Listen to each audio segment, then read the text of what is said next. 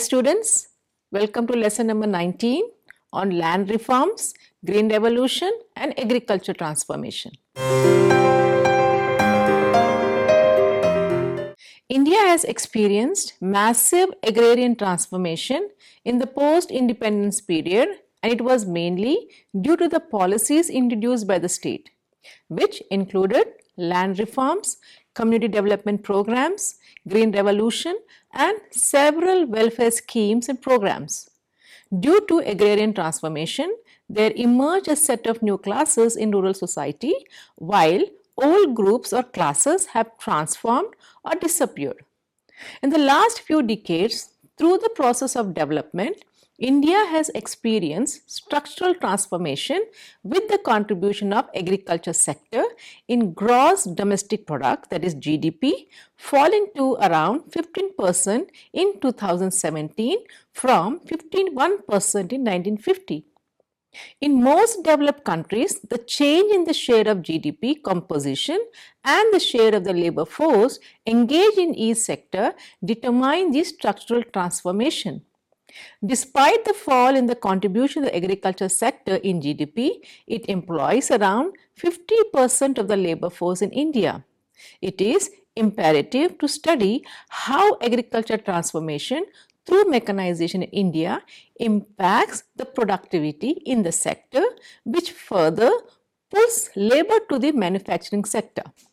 The agricultural transformation has also affected politics in India to a larger extent. This lesson will help the students to discuss the agrarian transformation in India and reasons for this transformation, including the impact of land reforms and green revolution. Agriculture transformation is a process that leads to increased farm productivity, making farming commercially viable, and strengthening interlinkages with other sectors of the economy. For agriculture transformation, there are key areas that require focus. Farmers' access to financial resources is one of the major challenges that India faces. Even though there has been an increase in the sales of tractors all across India, giving rise to mechanization in the sector, it is also important to make mechanized equipment accessible to all farmers, even the farmers with small and scattered land holdings. The land reforms and agriculture transformation. The first attempt to bring about the agricultural or agrarian transformation was by the implementation of land reforms by states in India. Immediately after independence, zamindari abolition bills or land tenure legislations were introduced in number of states such as Uttar Pradesh, Madhya Pradesh, Bihar, Madras and Assam. Land reforms in India may be divided into two phases. The first phase of land reform started almost immediately after independence, which focused on institutional reforms and lasted till the early 60s, and which aimed at abolition of the intermediaries like zamindars and jagirdars. It provided ownership of land to the tenants or the security of tenure to tenants, reduction in rents and conferment of ownership rights on tenants. Another feature of this phase of land reform was ceilings on land holdings. Under the British Raj, the farmers did not have the ownership of the lands they cultivated. The land ownership of the land lied with the zamindars, jagirdars and others. Several important issues confronted the government and stood as a challenge in front of independent India, such as land was concentrated in the hands of a few and there was a proliferation of intermediaries who had no vested interest in self-cultivation, and leasing out land was a common practice. Another problem was that the tenancy contracts were expropriative in nature and tenant exploitation was almost everywhere. Land records were in extremely bad shape, giving rise to a mass of litigation. Another problem of agriculture was that the land was fragmented into very small parts for commercial farming. Thus, it resulted in inefficient use of soil, capital and labor in the form of boundary, lands and boundary disputes. Another issue that existed after post-independence is that a committee under the chairperson of J.C. Kumarappan was appointed to look into the problem of land. The Kumarappan committee reports recommended comprehensive agrarian reform measures. The first one, elimination of all intermediaries between the state and the actual tillers of soil. Second, subletting of land to be prohibited except in the case of widows, minors and other disabled owners. Third, providing full occupancy rights on the completion of 6 years of tenancy.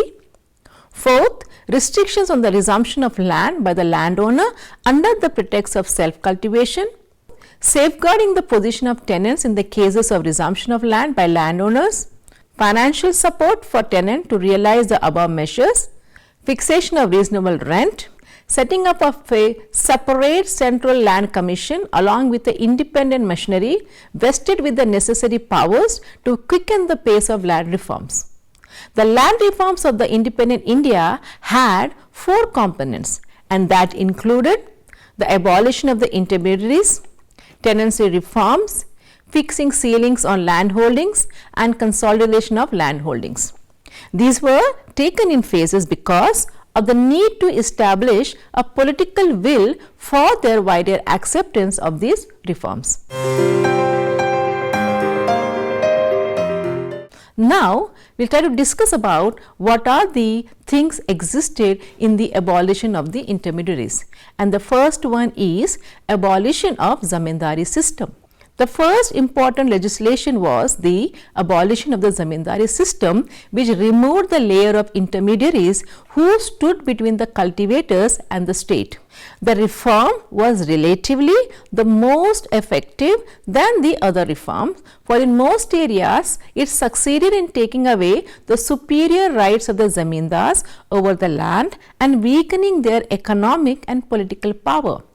The reform was made to strengthen the actual landholders and the cultivators. And what are the advantages of the abolition of intermediaries is that it made almost 2 crore tenants the owners of the land they cultivated. Another advantage was that the abolition of intermediaries has led to the end of a parasite class. More lands have been brought to government possessions for distribution to landless farmers.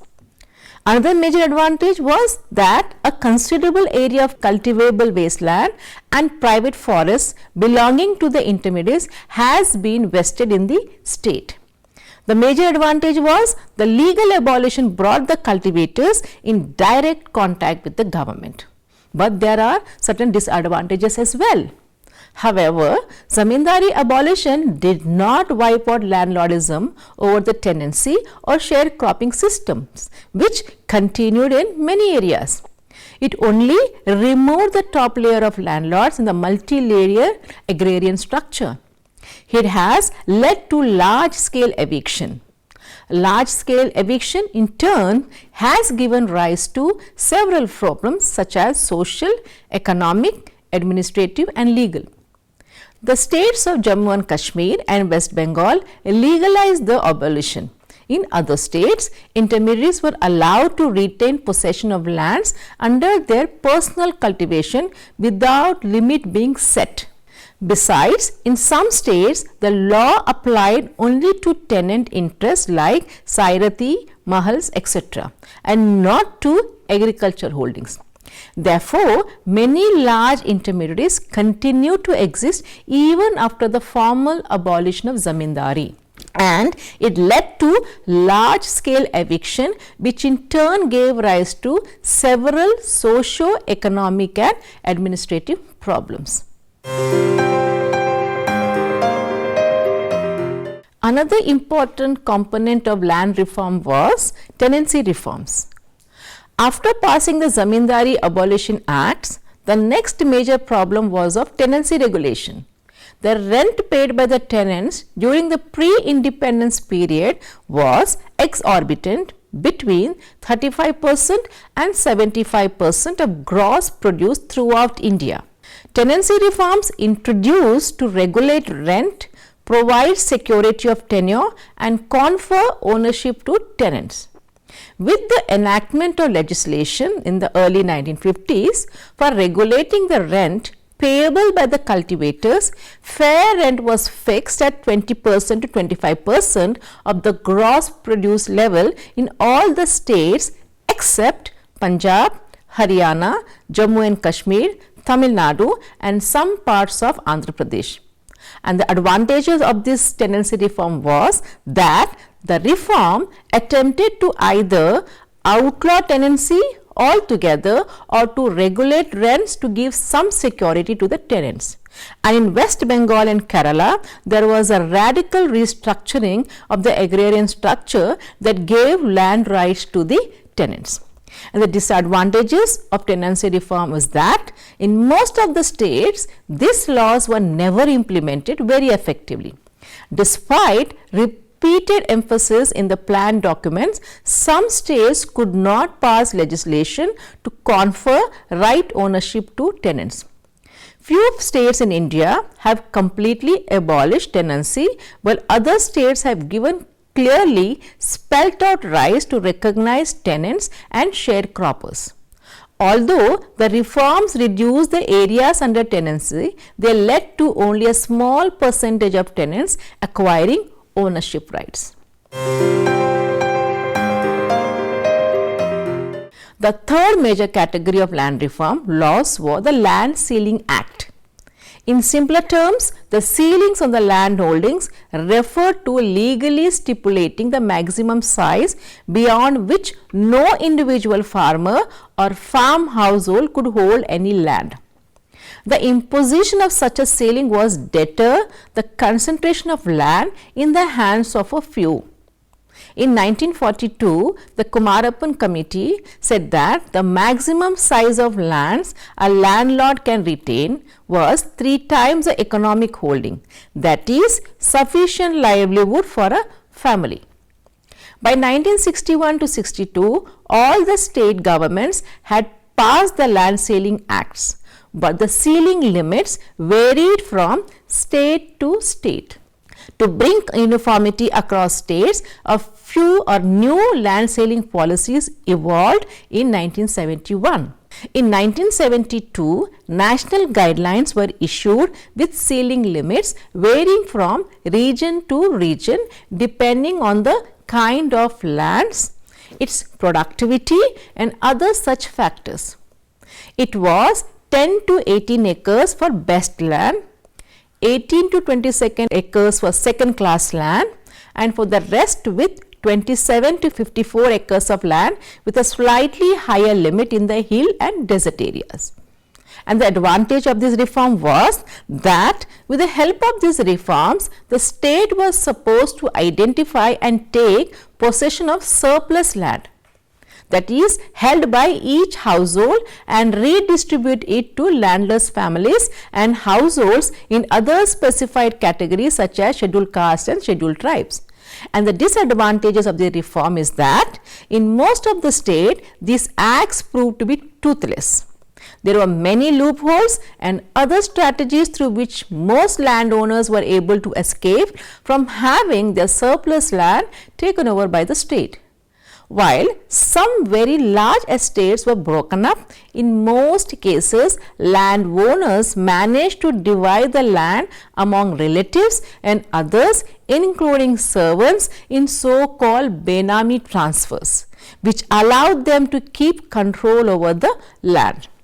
In some places, some rich farmers actually divorced their wives but continue to live with them in order to avoid the provision of the Land Ceiling Act, which allowed a separate share for unmarried women but not for wives.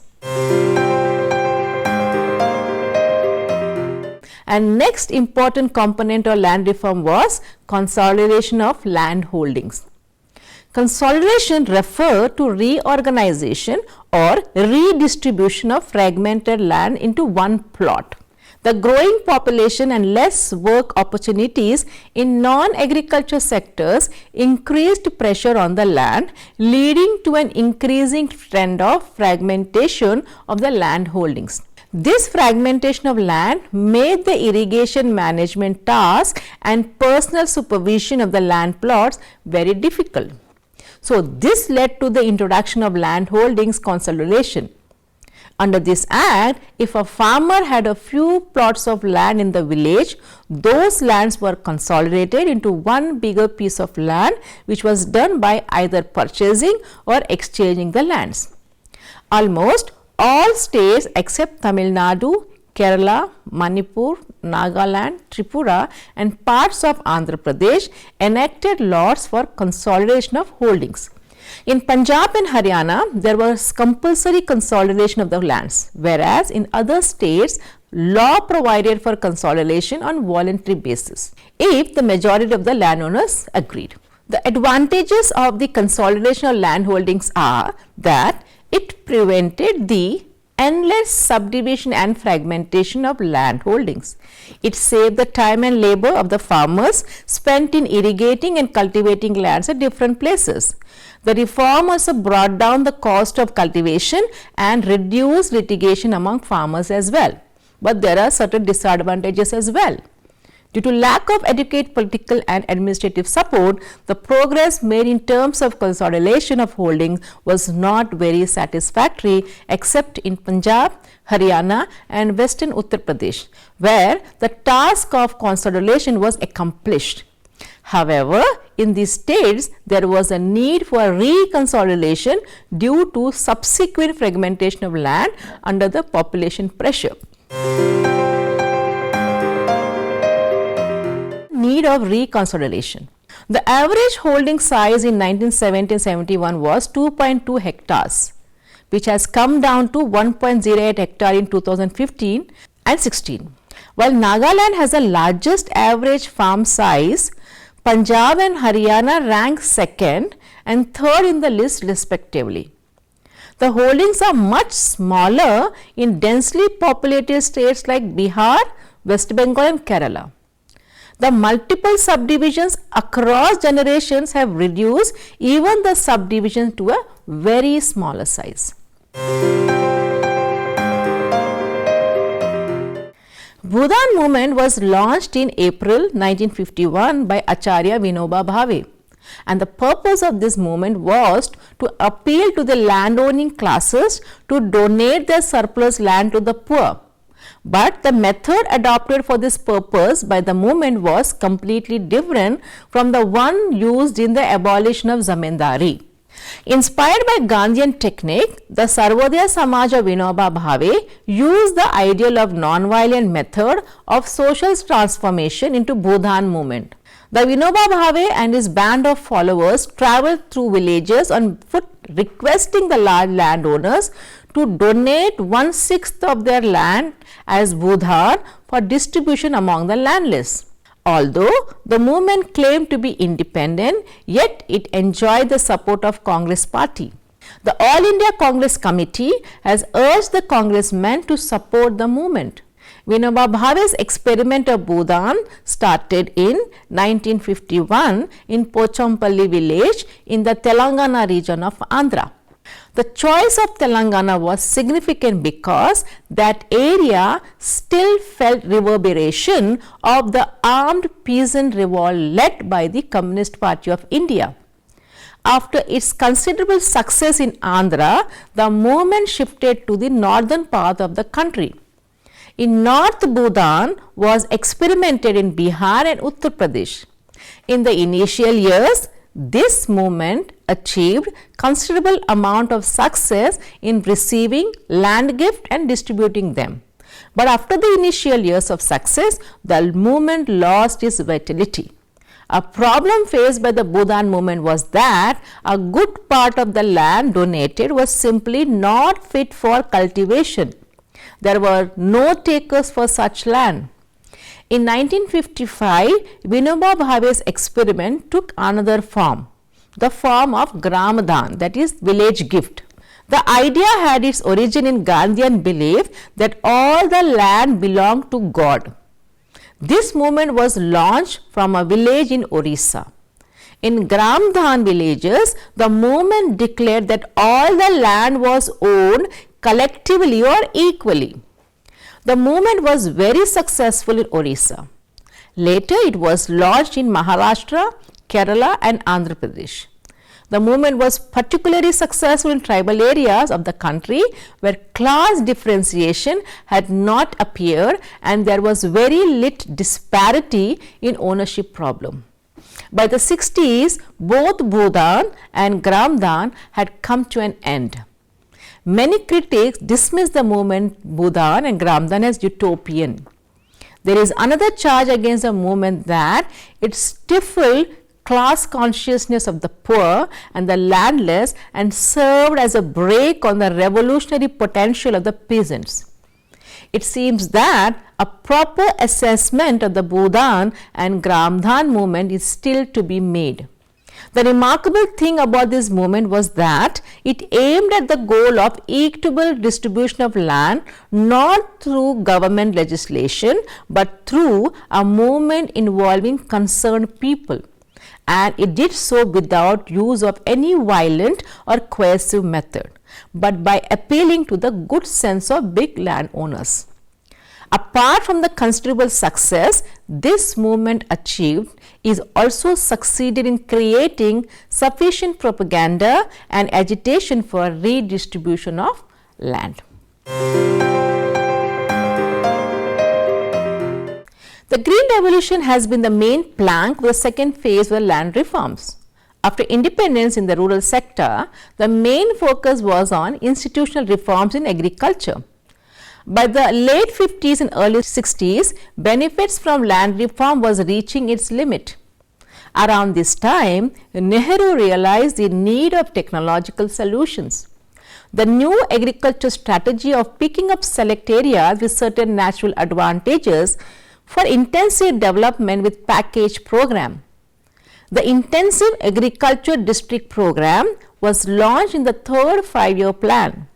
This program picked up one district from each of the 15 states on an experimental basis.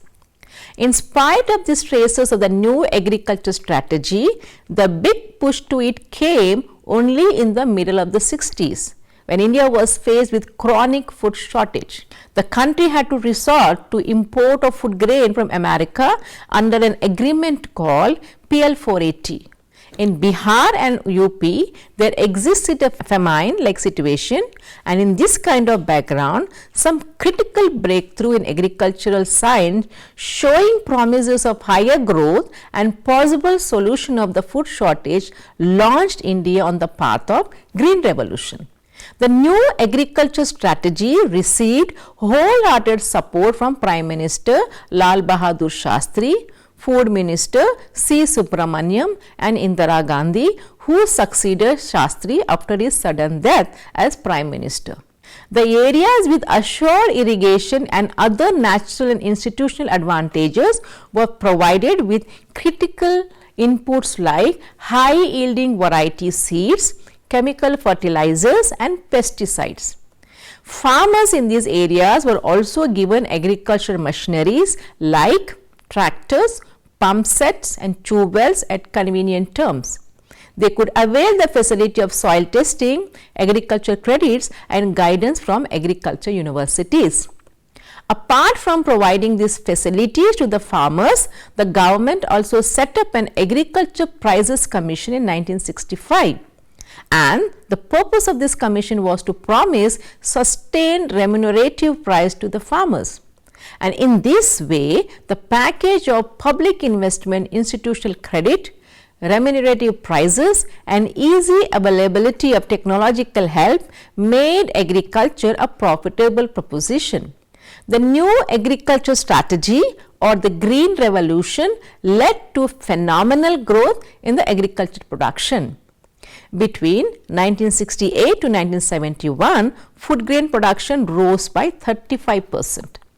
Very soon, India buried its begging bowl image and by the 1980s emerged as a country not only with buffer food stock but also as a food supplier. There has been a criticism of the Green Revolution that it further accentuated regional inequalities by focusing on areas that already had some advantages.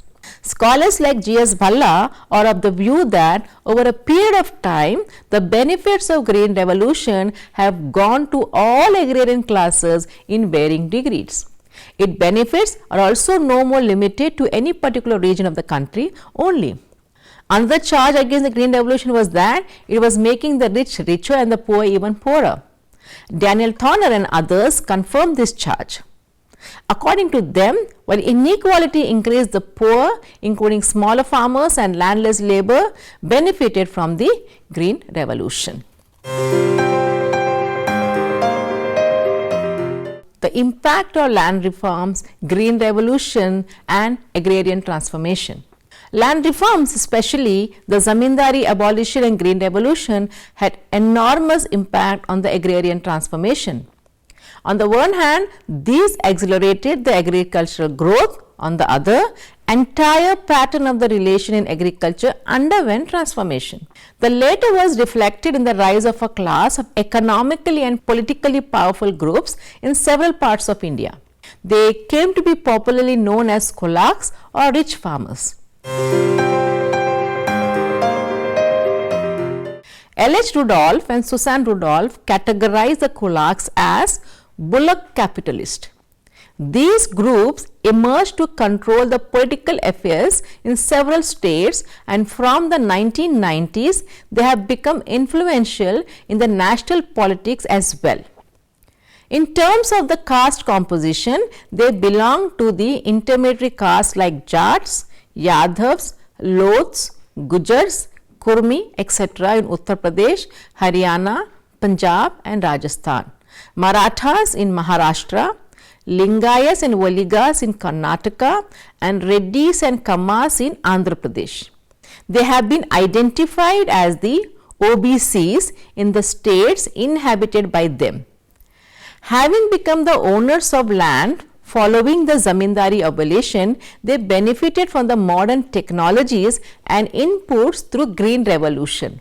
The land reforms made them the most powerful groups in the agrarian society in many regions of the country. The emergence also resulted in the decline of the erstwhile dominant groups. The developments, however, did not benefit the socially and economically vulnerable groups like Dalits and the lower backward classes. The welfare measures like the poverty alleviation programs have been mainly the populist measures. Besides, these have been hampered by the large-scale corruption. Nevertheless, due to the spread of education, awareness and impart of the ideas of Dr. B.R. Ambedkar and mass media, there has been the assertion of Dalits in certain areas, including these areas like Uttar Pradesh. The emergence of the Bahujan Samaj Party is an indication of this. Kulaks or rich farmers have made their presence felt through their political parties and non-political organization. And the first example of such attempt was foundation of the Bharatiya Kranti Dal by Charan Singh. In the late 1970s and 1980s, the organizations like the Bharatiya Kisan Union in North India, Shetkari Sangathan in Maharashtra, Rait Sangha in Karnataka played an important role in articulating the interest of kulaks. In the 1960s and 1970s, large part of the country witnessed the emergence of the movement of the small farmers and landless laborers. This movement started from Naxalbari in West Bengal and very soon spread to different parts of country like Andhra Pradesh, Bihar and Orissa till the end of the 60s. In the 1970s, the land grab movement of the landless led by the Socialist Party and the Communist Party of India was witnessed in Gujarat, Punjab, Rajasthan, Tamil Nadu, Andhra Pradesh and Bihar. Although these movements could not achieve much, yet they succeeded in attracting the attention of the countrymen towards the agrarian question. The left front government introduced land reforms in West Bengal during its tenure. This ensured the security to the tenants and land to the tiller. In 1970, while addressing Chief Minister Conference on Land Reforms, the Prime Minister Indira Gandhi held that the cause of discontent in the countryside was the failure of the land reforms to meet the expectation of the people in the countryside. Reduction in ceiling limit was the main proposal discussed in this conference. Most of the Chief Minister rejected this proposal. Then this matter was referred to the Central Land Reforms Committee, and this committee made quite a few recommendations in 1971. And the 1972 Chief Ministers Conference approved some national guidelines for reforms in India. The national guidelines made a departure from the history of ceiling legislation in India. It reduced the ceiling limits on all categories of lands. Family, not individual, was taken as a unit for the purpose of ceiling. Preference was to be given to landless laborers, particularly belonging to scheduled castes and scheduled tribes in distribution of surplus land. The compensation this time was much below the market price. The landowners again went to court and indulged in other deceitful methods to undermine the ceiling laws. Nevertheless, in the 1970s, the ceiling legislation moderately succeeded in its objective of collecting and distributing surplus lands. And another good thing was that the major beneficiaries of the ceiling laws were the scheduled caste and the scheduled tribes. The lesson widely discusses the agriculture transformation in India, which has been result of the impact of land reforms, mainly the zamindari abolition and land to the tillers. The pace of implementation of land reform measures has been slow. The objective of social justice has, however, been achieved to a considerable degree. The agrarian transformation is best seen in the rise of the class of kulaks in many parts of the country. The landless laborers and Dalits did not benefit from these in most parts of the country. The kulaks came to wield considerable influence in the politics of several states, and since the 90s of the country, in some parts of the country, the agrarian transformation has resulted in the increased participation of Dalits in politics. Thus, land reform has a great role in the agrarian transformation and rural agrarian economy that is dominated by land and agriculture. It is necessary to adopt new and innovative land reform measures to eradicate rural poverty in India.